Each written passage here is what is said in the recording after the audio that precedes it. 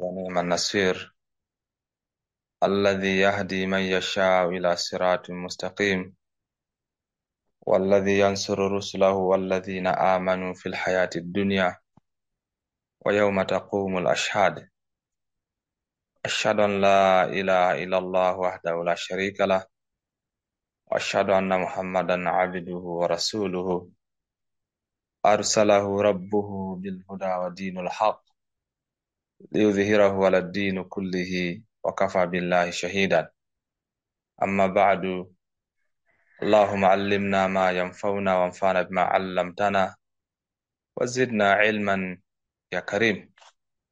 Ndugu zanguni, nahusia nafsi yangu pamoja na kuzihusia nafsi zenu kama alivyokuhusieni Allah tabaraka wa taala katika kitabu chake kitukufu,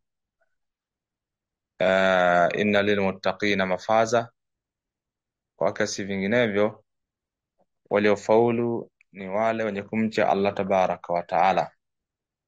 Laqad wassayna alladhina utul kitaba min qablikum wa iyyakum an ittaqullaha, kwa hakika tuliwahusia wale waliopewa kitabu kabla yenu, na nyinyi pia tunakuhusieni kumcha Allah tabaraka wa taala. Kwa hivyo usia ni usia endelevu, haujaanzia kwetu sisi, bali ni usia ambao hata wale waliopita kabla yetu walihusiwa kumcha Allah tabaraka wa taala. Kwa mshairi mmoja akasema, idha almar'u lam yalbas thiyaba min at-tuqa taqallaba uryanan wa in kana kasiyan, mtu asipovaa vazi la uchamungu anageuka kuwa uchi hata kama atakuwa amevaa. Ama darasa yetu ya leo tutakumbushana fadhila za funga. Ni fadhila zipi za patikana kutokana na funga? Ndugu zanguni, tambueni ya kwamba funga ni katika ibada bora sana na ni katika toa bora sana. Zimekuja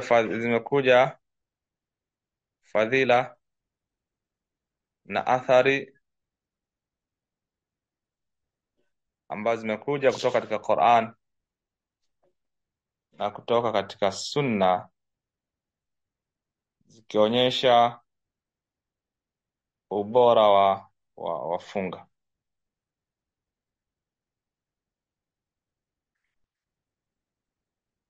Katika fadhila za saum, anna Allaha katabahu ala jamii al-umami wa faradhahu alayhim, kwamba saum Allah tabaraka wa taala ameifaradhisha kwa nyumati zote zilizopita, kwa maana sio umma mtume sallallahu alaihi wasallam, umma Muhammad pekee, bali jambo hili la as-saum lilifaradhishwa pia kwa nyumati zilizopita.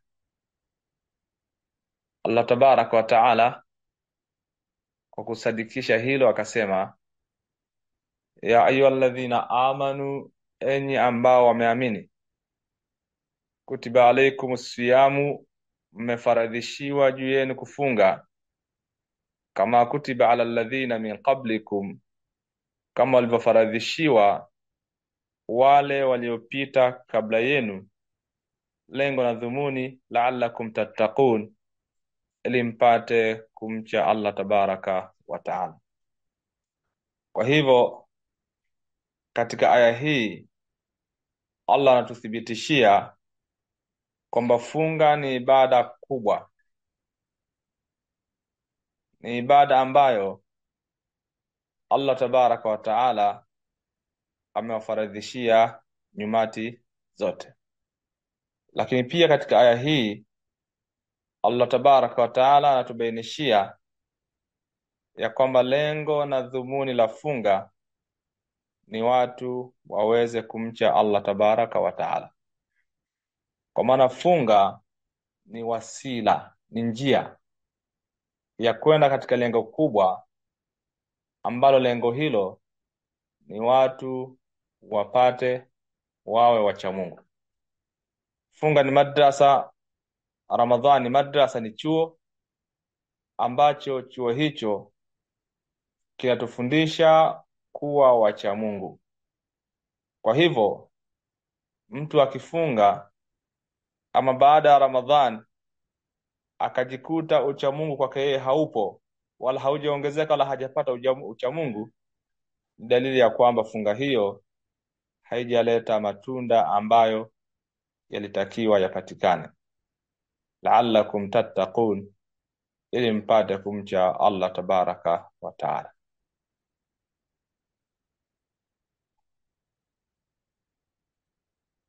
Kwa hiyo funga ni ibada ambayo ni kubwa. Hakuna kiumbe ambaye anaweza kutosheka, viumbe katosheka na ibada hiyo ambayo ni ibada kumwabudu Allah tabaraka wa taala, kwa vile kuna thawabu kubwa katika kufunga. Hiyo ndugu zangu ni fadhila ya kwanza ya funga, kwamba funga ilifaradhishwa kwa nyumati zote. Ama fadhila ya pili, wa min fadhaili sawm fi Ramadhan annahu sababu limaghfirati dhunubi wa takfir as-sayyi'at, kwamba katika faida na fadhila zinazopatikana kwa kufunga mwezi wa Ramadhan, kwamba ni sababu ya kusamehewa madhambi na kufutiwa makosa. Na bila shaka hii pia ni fadhila kubwa kwa Muislamu ambaye anafunga, kwamba Ramadhan ni sababu ya yeye kufutiwa madhambi yake. Imekuja katika hadithi katika sahihi mbili, an Abi Hurairata radhiyallahu anhu, kutoka Abu Huraira radhi za Allah ziwe juu yake, ana nabiyya sallallahu alaihi wasallam qala, hakika mtume wa Allah amesema, man saama ramadhana imanan wa ihtisaban ghufira lahu ma taqaddama min dhanbihi. Mtume sallallahu alaihi wasallam amesema, man saama ramadhana, yule ambaye atafunga mwezi wa Ramadhani, imanan wa ihtisaban, akiwa na iman, wa ihtisaban, na akitarajia thawabu kwa Allah tabaraka wa taala na ujira, ghufira lahu ma taqaddama min dhanbihi, atasamehewa madhambi yaliyotangulia. Ndugu zanguni, katika hadithi hii kuna bishara njema kwa mfungaji, lakini kuna vigezo na masharti ili apate bishara hii, apate malipo haya ya kusamehewa madhambi yake yaliyotangulia.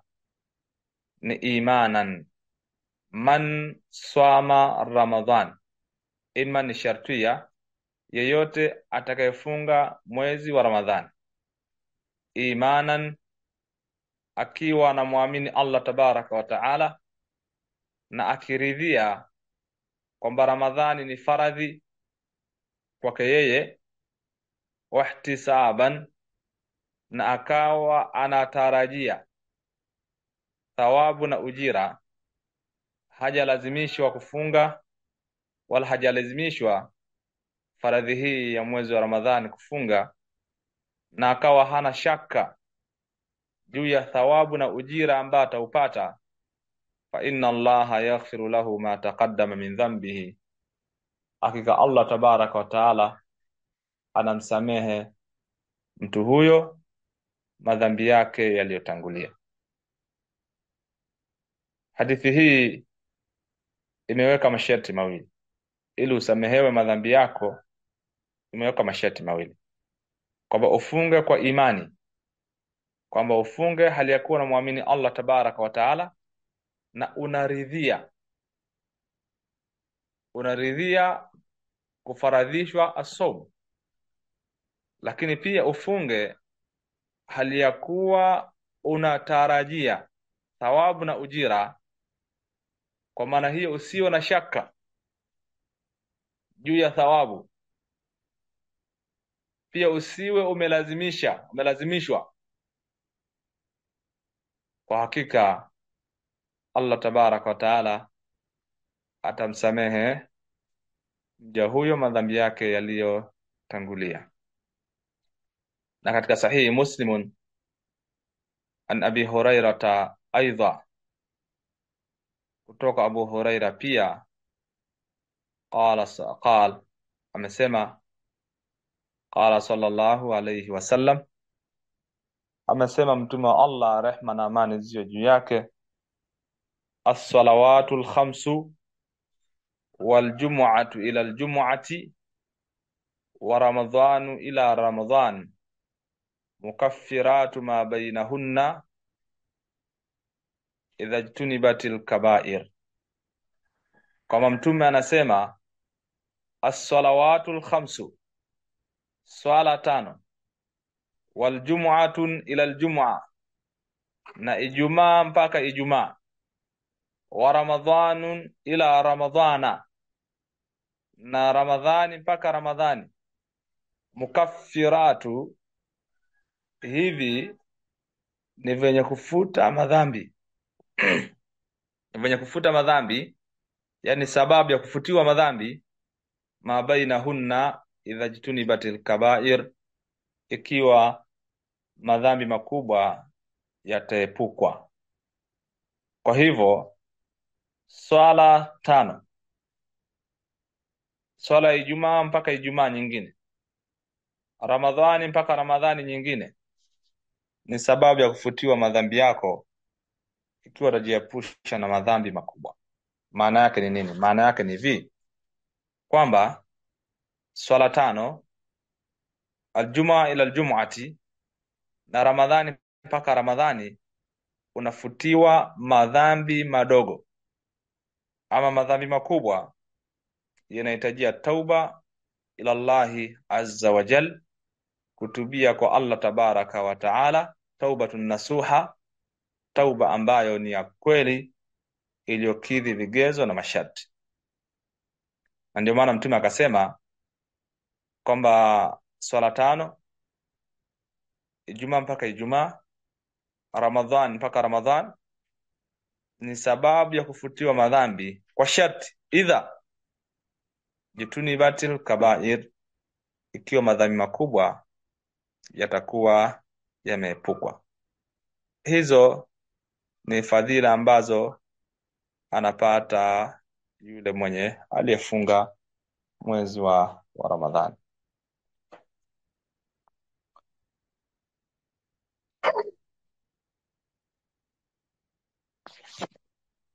Lakini pia ndugu zanguni, katika fadhila ambazo anapata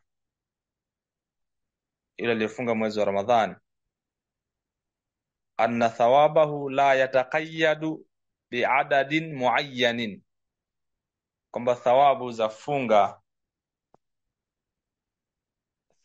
funga za mwezi wa Ramadhani hazina idadi maalum, kwa maana ni nyingi kiasi kwamba hazina idadi maalum. Bal yutwa saim ajrahu bighairi hisabin, analipwa mfungaji ujira wake pasipo na hisabu. Mfungaji malipo yake analipwa pasipo na hisabu.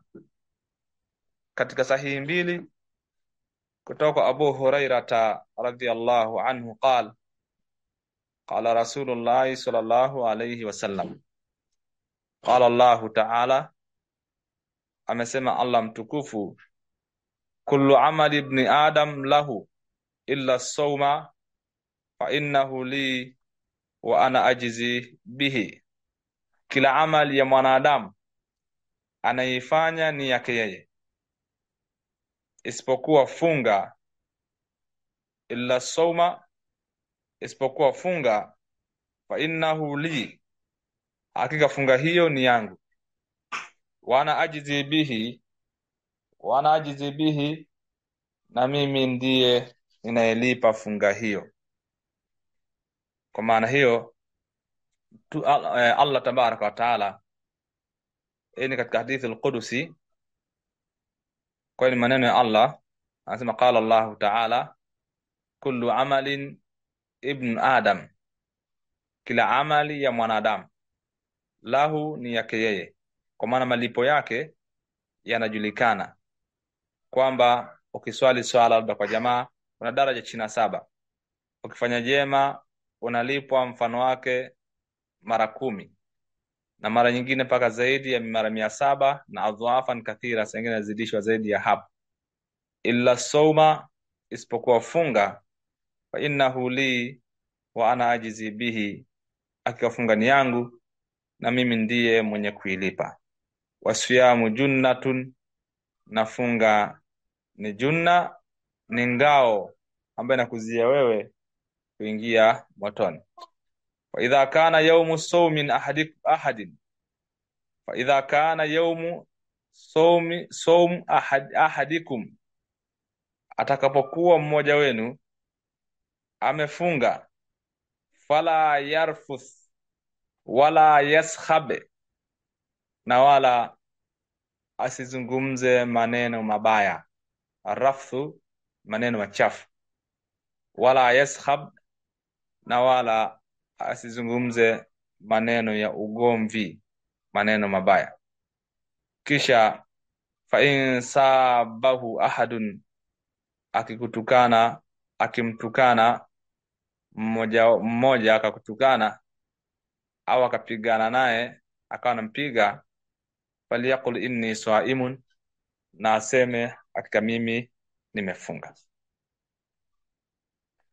Walladhi nafsu Muhammadin biyadihi, na hapa kwa yule ambaye nafsi ya Muhammadi iko mikononi mwake, la khalufu fami swaimin, harufu inayotoka katika mdomo wa aliyefunga, atyabu inda Allahi min rihil misk, ni harufu ambayo inapendeza kwa Allah kuliko harufu ya miski. Lisaimi farhatani, mfungaji ana furaha mbili. Yafrahuhuma, anazofurahi. Furaha ya kwanza anapofuturu, na furaha ya pili idha laqiya rabbahu, atakapokutana na Mola wake. Faruhin bisawmihi, atafurahi kwa kufunga kwake. Hii hadithi ya kwanza. Hadithi ya pili,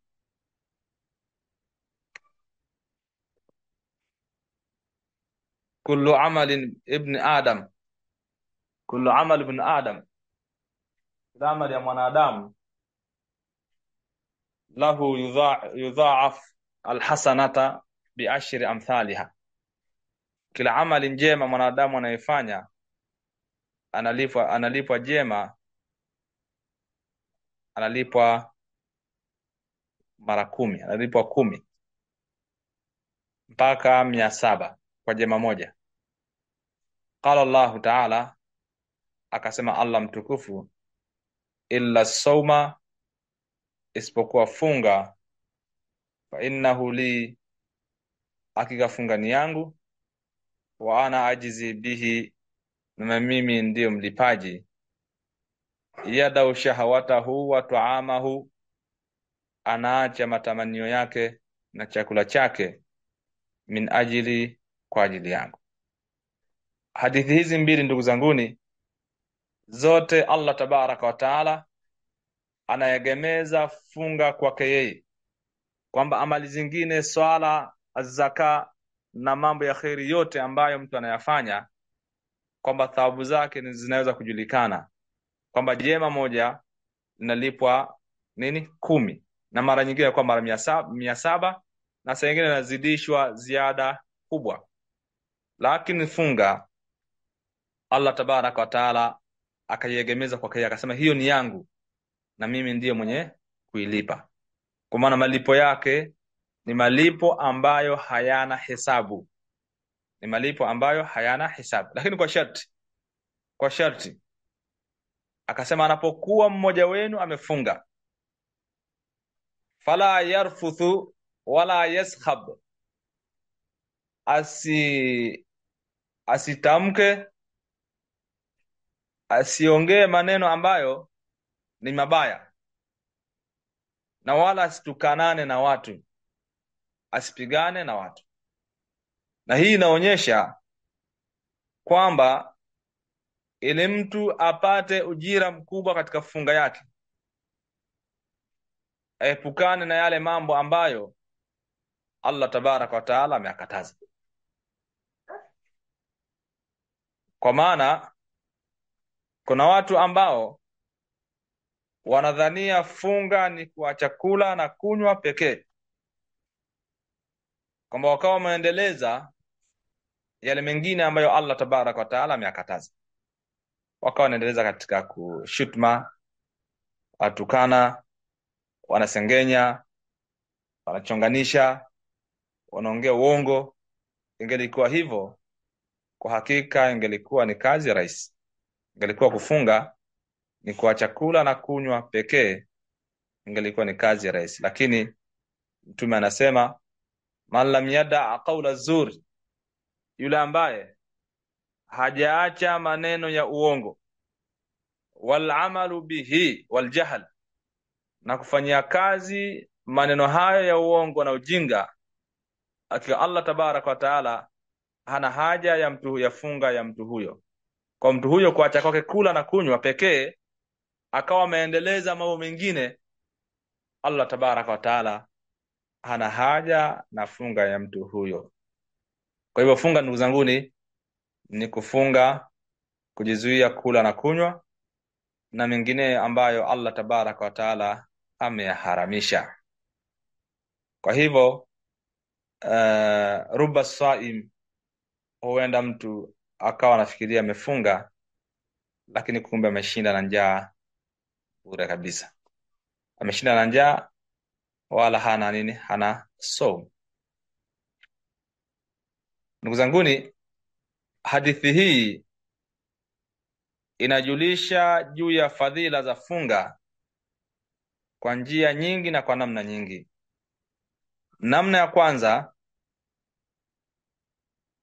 faida tunayopata katika hadithi hii, anna Allah ikhtassa li nafsihi saum, Allah tabaraka wa taala ameifanya saum kuwa ni special, ni maalum katika nafsi yake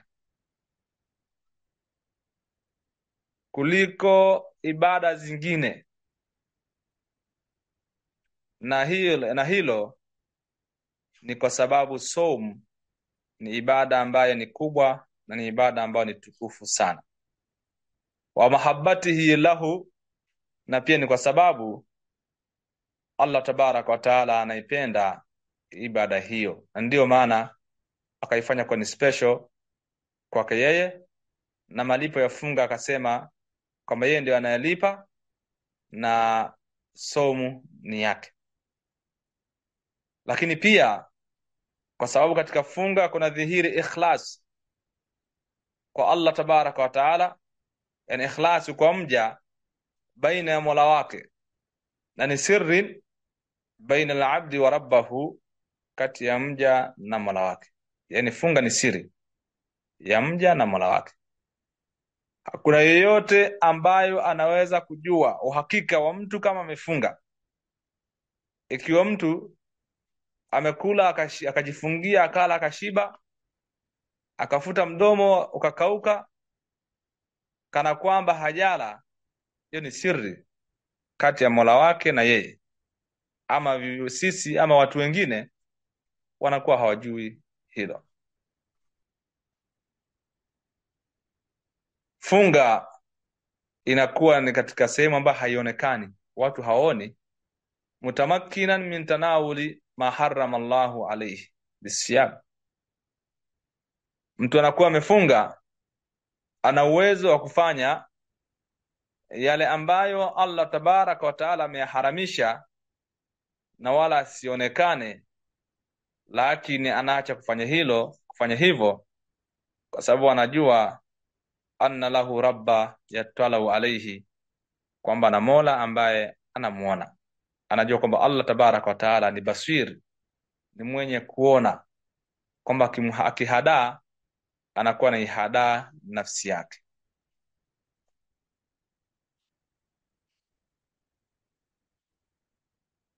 Kwa hiyo anaacha kufanya yale ambayo Allah ameyaharamisha, akitambua kabisa kwamba Allah tabaraka wa taala anamuona.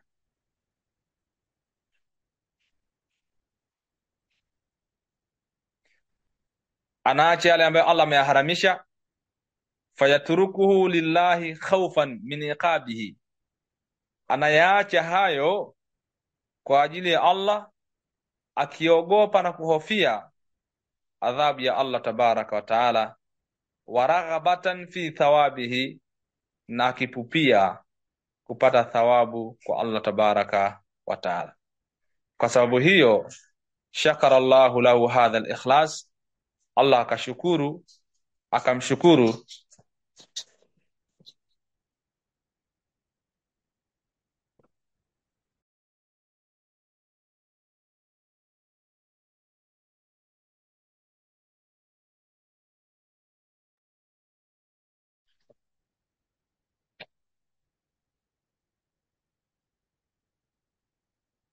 kwa sababu hiyo shakara Allahu lahu hadha al-ikhlas wa ikhtassa siyamahu li nafsihi, Allah tabaraka wa taala akaifanya funga kwa ni ibada maalum kuliko ibada zingine,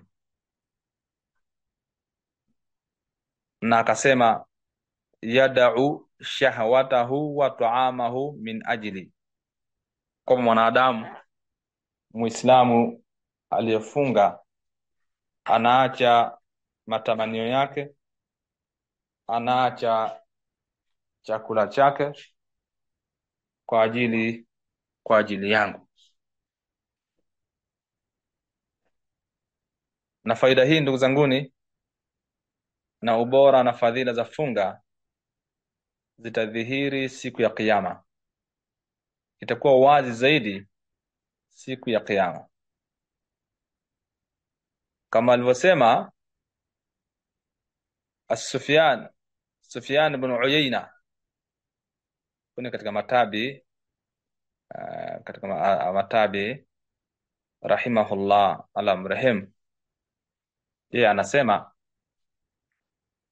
idha kana yaumul qiyamati, itakapokuwa siku ya Kiyama, yuhasabu Allahu abdahu, Allah tabaraka wa taala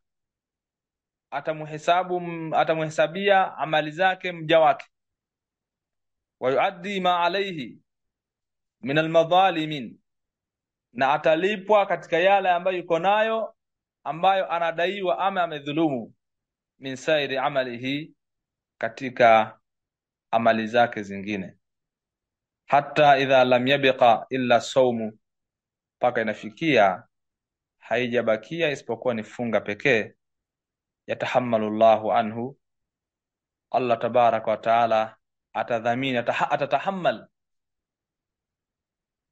ile amali iliyobakia ya funga, min almadhalimin, wa yudkhilhu aljannata bisawm, na atamuingiza mja peponi kwa sababu ya funga.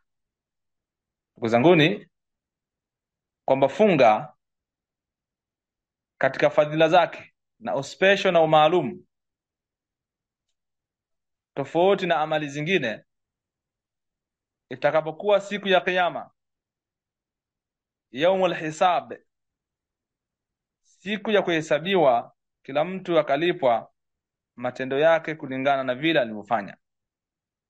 Fa in kana khairan fa khairun, ikiwa amefanya khairi basi atalipwa khairi.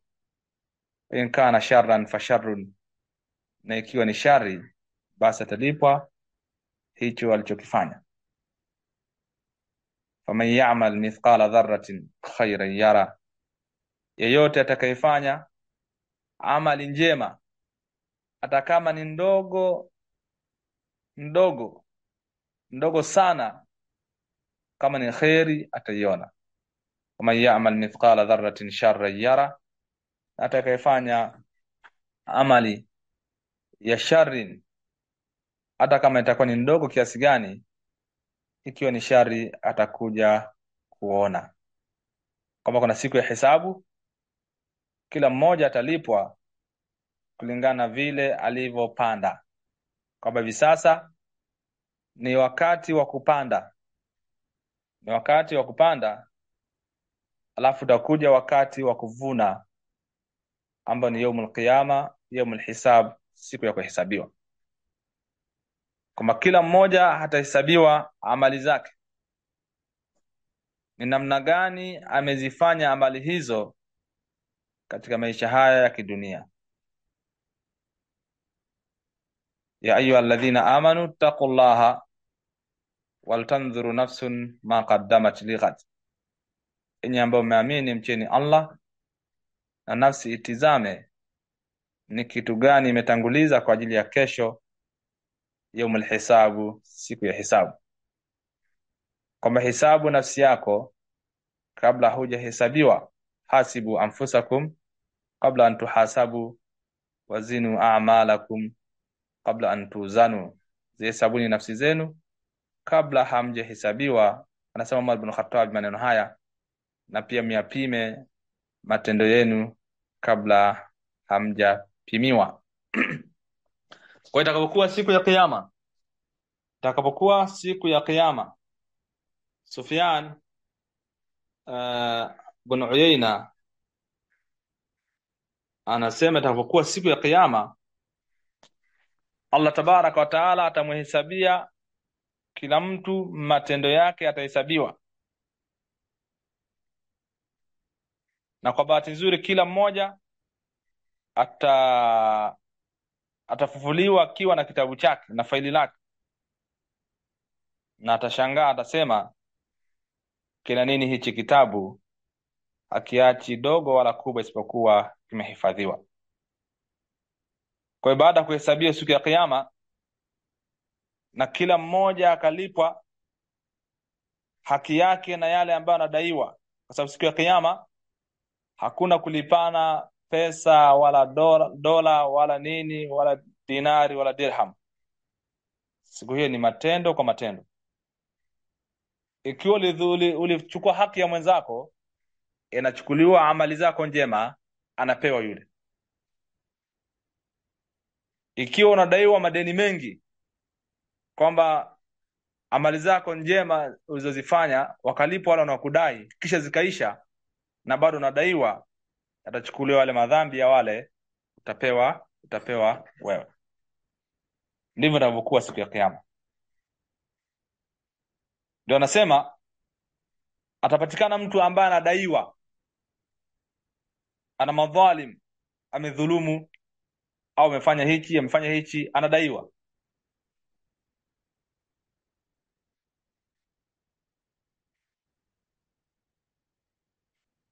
Yakachukuliwa wale mema yake, wakalipwa wale ambao walikuwa wanamdai, mpaka itabakia funga. Aliyefunga kwa ikhlas, Allah tabaraka wa taala tatahammal, atachukua dhamana hiyo katika yale anayedaiwa mja. Allah atachukua dhamana ya kulipa na kuwaridhisha wale wanaomdai, na atamuingiza yule peponi kwa sababu ya funga. Hizi ni fadhila za funga, ndugu zanguni, kwamba Allah tabaraka wa taala anaingia kuchukua dhamana, anatahammal, anachukua dhamana zile swala ulizoswali, zile amali zingine, zile sadaka na nini ulikuwa unadaiwa, zimekwenda na maji watu wanaokudai, itabakia funga. Allah atatahammal, atashika dhamana ya hayo unaodaiwa, kwa maana atawalipa wale, atawaridhisha na atamuingiza peponi kwa funga aliyefunga. Bila shaka ndugu zanguni, hili ni jambo la kipekee, ni jambo kubwa, ni ibada kubwa ya funga kuliko vile ambavyo tunadhania. Ndio maana Allah tabaraka wa taala akaiegemeza funga katika nafsi yake, akasema ibada zingine, amali zingine zote, ukiswali swala kwa jamaa una daraja 27, ukisali hivi na hivi una hivi, ukifanya jema unapanda 10 au zaidi mpaka 700 na zaidi. Lakini funga, Mtume Allah akasema illa as-sawm fa innahu li, hiyo ni ya kwangu, wa ana ajizi bihi, na mimi ndiye mwenye kuilipa. Na ndio maana tumeona katika wakati mgumu huu, wakati mgumu ambao mtu atafilisiwa, na huku ndio kufilisika kwa uhakika. Kama Mtume sallallahu alaihi wasallam alivyosema, mnamjua muflis, atadiruna manil muflis, mnamjua mtu aliyefilisika? Akiwauliza maswahaba akamwambia almuflisu fina, aliyefilisika kwetu sisi ni yule ambaye hana, yani mtu ambaye hana chochote, ndio amefilisika. Mtume akawafahamisha, akamwambia sio huyo. Kisha akawafahamisha maana halisi ya aliyefilisika ni yule ambaye amekuja siku ya kiyama, ana swala, ana zaka, ana sadaqa, ana khairi mbalimbali ambazo amezifanya, lakini qadhafa hadha, amemsingizia huyu, washatama hadha, amemtuhumu huyu, wasafaka damu hadha, amemwaga damu ya huyu, amemsengenya huyu. Yani ana mema, ana mazuri ambayo ameyafanya, lakini pia kuna vitu ambavyo ameshavifanya kwa watu, haki za watu, amevunja heshima za watu. Kisha sasa yanachukua ile mema, wanalipwa wale, alafu anabakia bila nini? Bila kitu. Huyu ndio mtu aliyefilisika kweli. Lakini hapa itabakia funga. Allah tabaraka wa taala tatahammal, atachukua dhamana, kisha atamuingiza mtu huyo peponi. Bila shaka hii ni fadhila kubwa inayopatikana katika funga. Ama jambo la pili katika hadithi hiyo, anna Allah qala fi sawm wa ana ajizi bihi, Allah tabaraka wa taala katika funga akasema na mimi ndiye mwenye kulipa, akaegemeza malipo katika nafsi yake tukufu, kwa sababu amali njema zinalipwa kwa kuzidishwa ujira wake kwa idadi. Alhasanatu biashri amthaliha, kwamba jema unalipwa mara 10, jema moja mfano wake mara 10 mpaka mara 700 mpaka zaidi, inazidishwa ziada na ziada nyingi. Lakini funga haiko hivyo. Fa inna Allaha adhafa aljazaa alayhi ila nafsihi, Allah tabaraka wa taala ameegemeza malipo ya funga katika nafsi yake pasipo na kuzingatia idadi. Yani funga malipo yake ni hayana hesabu, hayazingatiwi idadi. Huwezi kumwambia mtu amefunga eti kwamba anapata thawabu ngapi au thawabu 700. La, funga malipo yake hayazingatiwi idadi ya thawabu kama ilivyo katika ibada zingine. Wa huwa subhanahu akramul akramin wa ajwadul ajwadin, na Allah tabaraka wa taala ni mkarimu wa wakarimu, ni mkarimu wa wakarimu. Hivyo itakuwa ujira wa mfungaji ni ujira mkubwa, ni ujira mwingi bila ya hesabu. Yani funga thawabu zake hazina hesabu. Wasiyamu sabrun ala taati llah, na funga ndugu zanguni ni subira. Yani katika kufunga kuna subira katika kumtii Allah tabaraka wa taala. Lakini pia katika funga kuna asabrun an maharimillah, ni kusubiri kuachana na yale ambayo Allah ameyaharamisha. Lakini pia katika funga kuna asabru ala aqdari llahi almu'lima, kuna kusubiri katika kadari za Allah tabaraka wa taala ambazo ni zenye kuumiza. Njaa, kiu, kudhoofika katika kwa mwili na nafsi, yote hayo yamekusanya aina tatu za subira. Hivyo ikahakikika kwamba mfungaji ni katika watu waliosubiri, na kama mnavyofahamu Allah tabaraka wa taala amesema innama yuwaffa as-sabiruna ajrahum bighairi hisabin, hakika wanalipwa wale wenye kusubiri ujira wao pasipo na hisabu. Kwa maana mfungaji anapata malipo ya yule aliyesubiri, kwa sababu ndani ya funga kuna subira zote za aina tatu, na subira ziko aina tatu.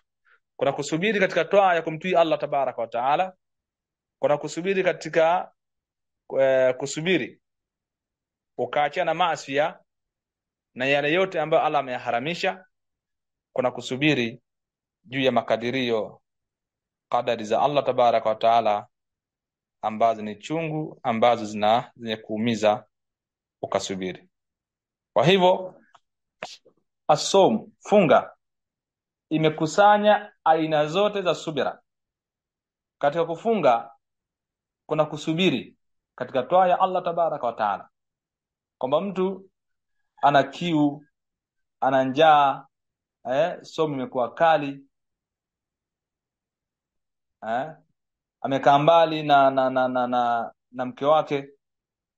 Yote haya ni kwa sababu ya kutafuta radhi za Allah tabaraka wa taala, na hiyo ni subira.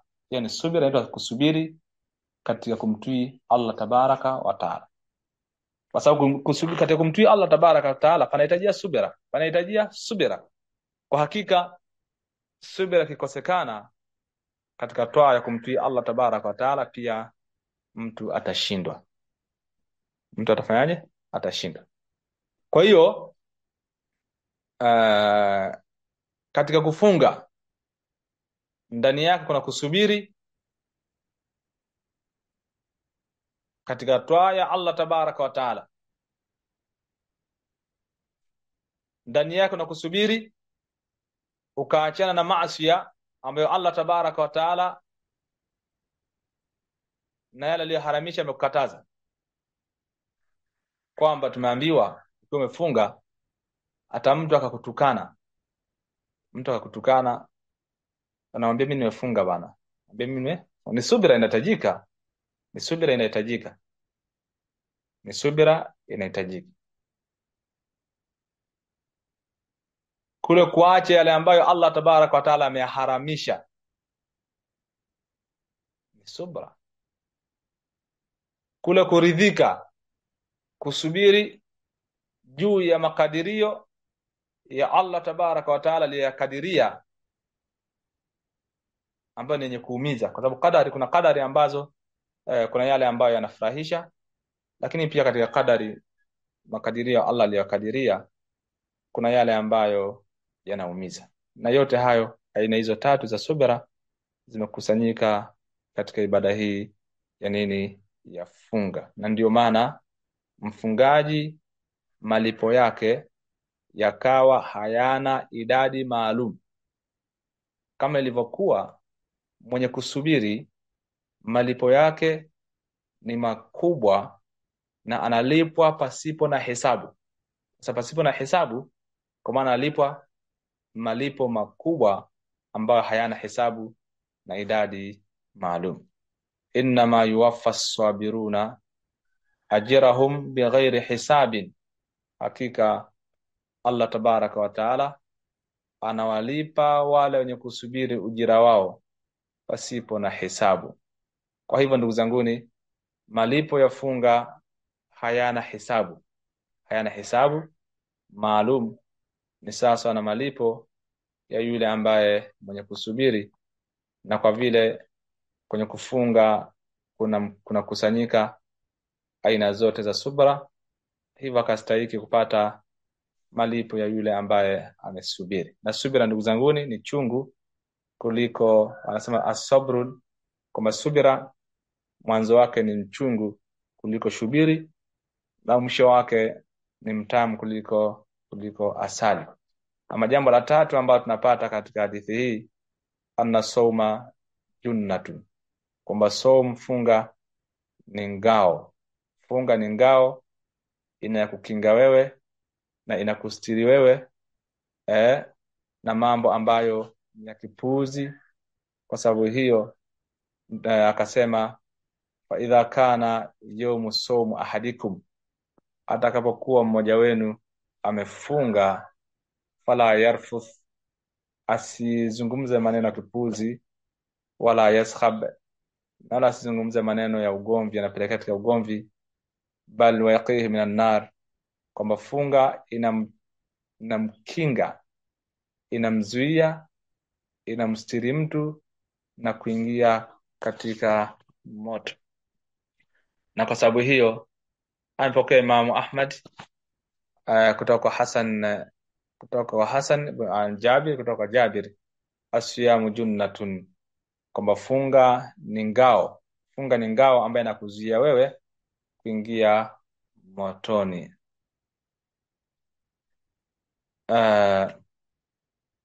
Lakini ndugu zanguni, kama funga ni ngao kwa yule ambaye atazingatia vizuri funga yake, akafuata masharti, akahifadhi funga yake, kwa sababu kuna mambo ambayo yanapunguza thawabu za funga yako. Kwa hivyo tunatakiwa tulinde somu zetu, tuzihifadhi, tuzilinde.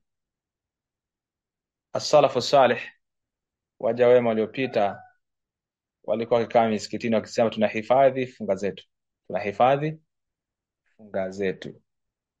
Wakikaa misikitini wakisoma Qur'an, wakithirisha dhikri, wakikaa itikafu, wakimtaja Allah tabaraka wa taala, na wakifanya ibada mbalimbali, wakijua malipo makubwa yanayopatikana katika kufunga.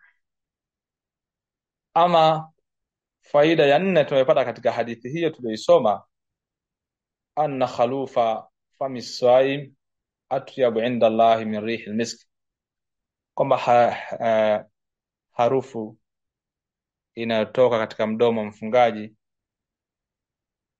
kwamba mtu anapokaa muda mrefu bila kula, huenda katoka harufu katika mdomo wake kutoka tumboni, kwamba harufu hiyo kwa Allah tabaraka wa taala inapendeza zaidi, atyabu la wazni af'al, inapendeza zaidi inda Allah min rihi almiski, kuliko harufu ya miski, kwa sababu ni athari za funga, kwamba harufu hiyo ni athari zinazotokana nini na funga, hivyo ikawa ni nzuri kwa Allah tabaraka wa taala, inapendeza. Na hii ni dalili ya kwamba funga ni jambo kubwa kwa Allah tabaraka wa taala. Funga ni jambo kubwa kwa Allah tabaraka wa taala.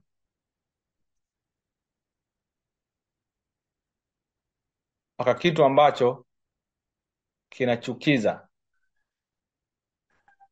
kwa watu kinakuwa kinapendeza kwa Allah tabaraka wa taala. Kwa mfano, harufu inayotoka tumboni kwa sababu ya kufunga, kwa watu inachukiza, lakini kwa Allah tabaraka wa taala anasema ni inapendeza kwake yeye kuliko miski, kuliko miski. Na hili linajulisha juu ya fadhila na daraja na thawabu, na kwamba saumu ni katika ibada ambazo ni kubwa ikiwa itafungwa kwa vile inavyotakikana.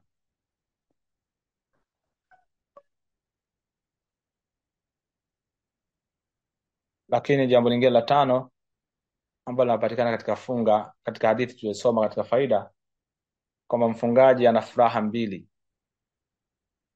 Liswaim farhataini, mfungaji ana furaha mbili. Farhatan inda fitrihi, anafurahi wakati wa kufungua. Wa farhatan inda liqai rabbahu, lakini pia atafurahi zaidi pale ambapo atakutana na Mola wake.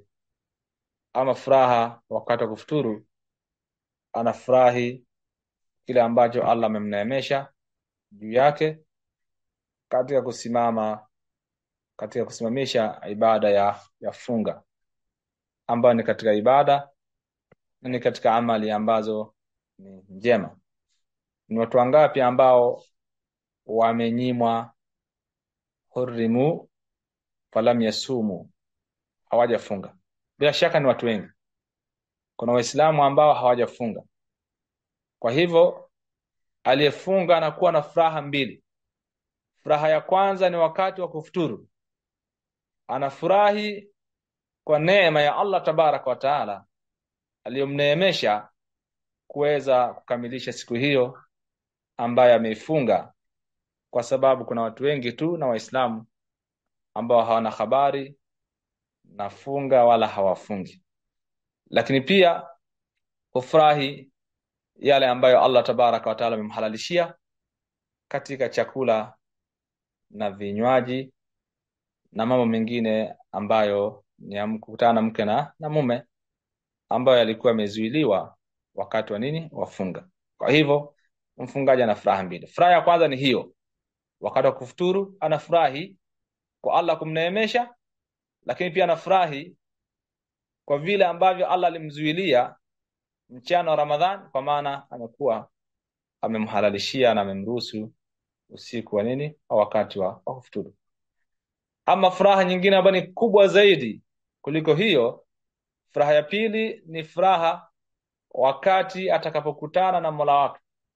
Fayafrahu bisawmi hina yajidu jazaahu inda Allah, atafurahia funga yake pale ambapo atakuwa anapata malipo kutoka kwa Allah tabaraka wa taala, malipo ambayo yamekamilika, ambayo hayana mapungufu hata kidogo, na ni wakati ambao ana haja zaidi na malipo hayo, pale ambapo ataambiwa aina saimuna yadkhilu aljannata min babi rayyan alladhi la yadkhuluhu ahadun ghayruhum, pale ambapo atalipwa na Allah tabaraka wa taala siku ya kiyama malipo ya funga yake ambayo yamekamilika, hayana mapungufu, wakati ambao anahitajia zaidi, kwa sababu wakati huo siku ya kiyama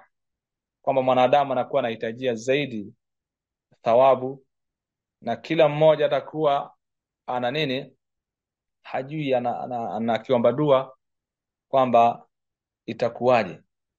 Kwa hivyo pale ambapo sasa wakaitwa kaambiwa aina saimuna, wako wapi wale waliofunga? Waliofunga wako wapi? Waliofunga kisawasawa, wakakidhi vile vigezo na masharti, wako wapi? Liyadkhulu aljannata, ili waingie peponi, min babi rayyan, katika mlango unaitwa Rayyan. Mlango huo haingii isipokuwa ni wafungaji pekee, hatoingia yeyote isipokuwa ni wale wafungaji ndio wanaingia mlango huo wa peponi ambao unaitwa Rayyan.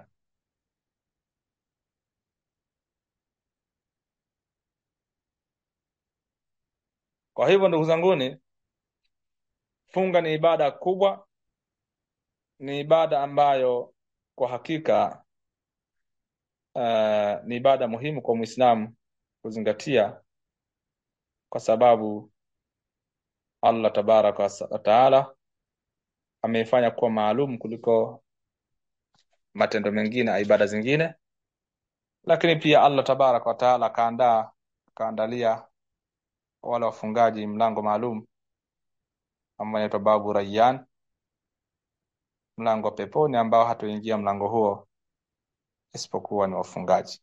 Hii ni furaha ya pili ambayo anaipata mfungaji, na hii ataipata siku ambayo atakutana na Mola wake, na itakuwa ni furaha kubwa, na kwa hakika atafurahi pale ambapo wataitwa wale wafungaji, kisha wakaambiwa waingie katika mlango wa Rayyan, mlango ambao hakuna yote atakayeingia mlango huo isipokuwa ni wao.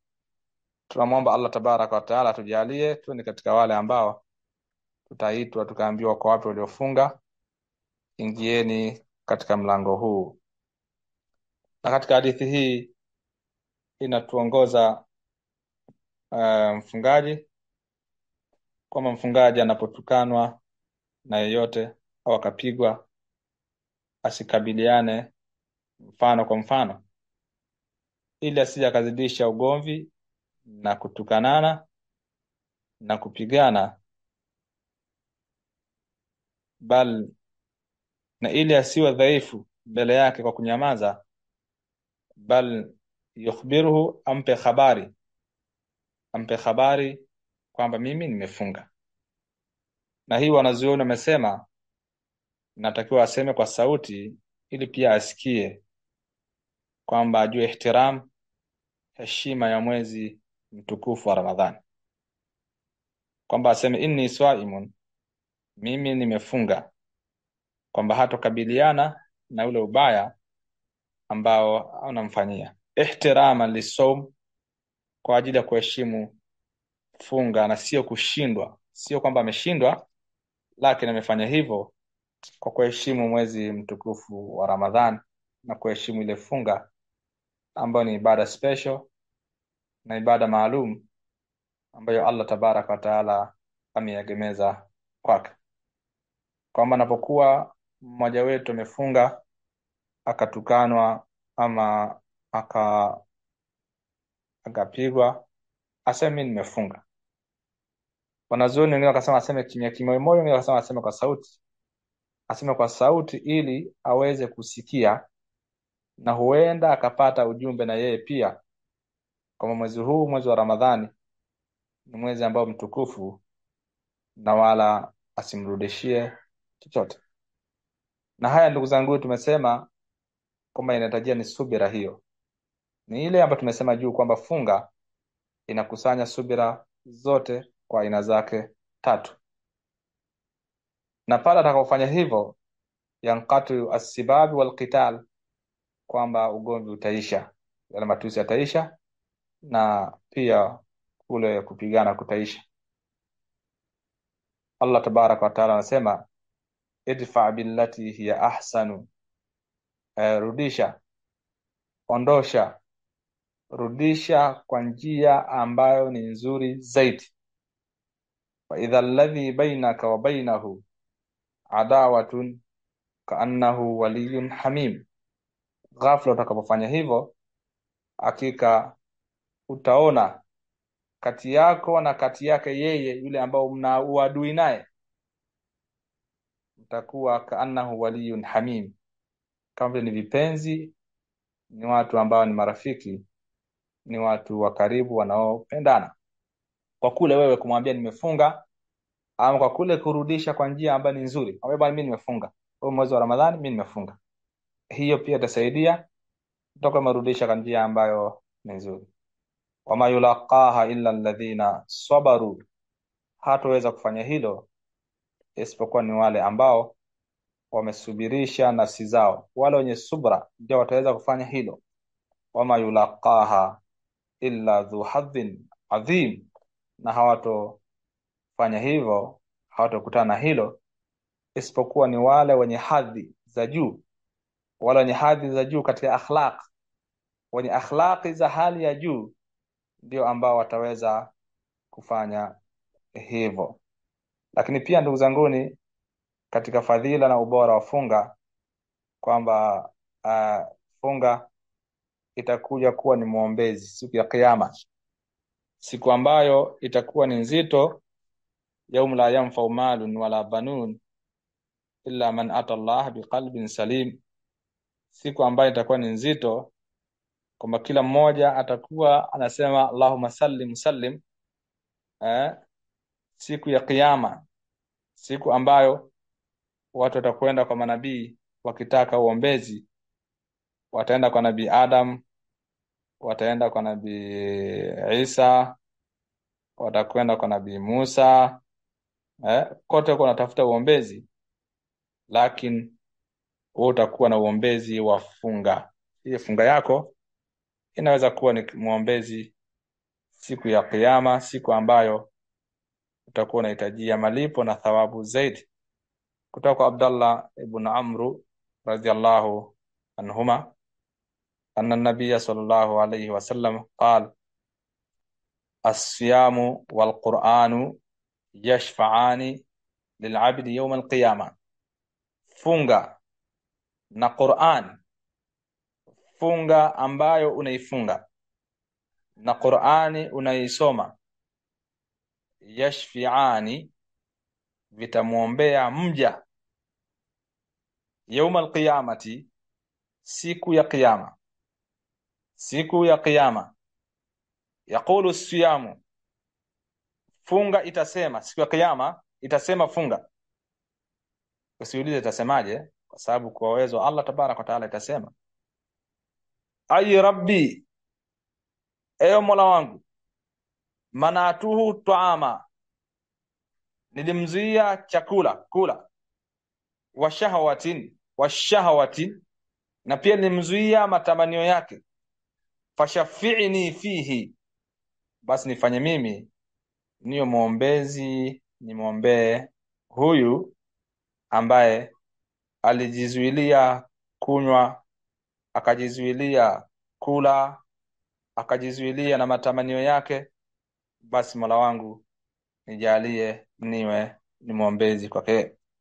Kisha Qur'ani itasema, manatuhu naum, nilimzuia kulala, usingizi, hajalala, billaili, usiku, fashafi'ni fihi, eyo Allah tabarak wa taala nijalie niwe ni muombezi wa huyu ambaye alikuwa akisoma Qur'an usiku na mchana. Mara nyingine anaacha kulala usingizi wake, anasimama, anakaa, anachukua mushaf, anasoma Qur'an. Fayashfi'an, as-sawm, funga na Qur'an vitamuombea msamaha yule ambaye alikuwa akifunga na yule ambaye alikuwa akisoma Qur'an. Kwa hivyo ndugu zanguni, bila shaka siku ya Kiyama ni jambo ambayo, siku ambayo inahitajia uombezi kama huu. Hakuna ambaye atakuwa hahitaji apate uombezi kutoka katika funga. Hakuna ambaye atakuwa amejitosheleza hahitaji kupata uombezi kutoka katika nini? Katika Qur'an. Bila shaka siku ya Kiyama kila mmoja atakuwa anahitajia kupata uombezi. Kila mmoja atakuwa anahitajia kupata kila ambacho kitaweza kumsaidia kutokana na uzito wa hali hiyo ya siku ya Kiyama. Ndugu zanguni, fadhila na ubora na malipo na faida ya funga ni nyingi sana, hawezi kuzipata isipokuwa mpaka mtu atekeleze zile adabu za kufunga. Haya malipo tuliyoyasema hayapatikani kirahisi hivyo, kwamba ulipwe malipo ya pasipo na hisabu. Hazipatikani mpaka yule aliyefunga azingatie adabu na ajitahidi katika kufanya vizuri na kuhifadhi mipaka ya Allah tabaraka wa taala na kutubia kwa Mola wake katika yale ambayo yametokea katika mapungufu. Kwa fadhila hizi hazipatikani kirahisi. Ni lazima Muislamu ajitahidi, ni lazima hakikisha anahifadhi funga yake vizuri, ni lazima hakikisha anafanya vizuri katika kufunga. Na ndio maana tumetangulia kusema kwamba huenda mfungaji akawa hana chochote alichoambulia isipokuwa ni njaa na kiu pekee, lakini hana chochote katika funga yake, kwa sababu hajazingatia adabu na wala hajajitahidi, hajafanya itiqan, hajahifadhi funga yake. Tunamwomba Allah tabarak wa taala atuhifadhie funga yetu, na tujalie kwamba funga iwe ni muombezi kwetu sisi. Waghfir lana walwalidina walijamii almuslimin. Wa sallallahu ala alihi wa sahbihi wa sallam. Walhamdulillahi rabbil alamin.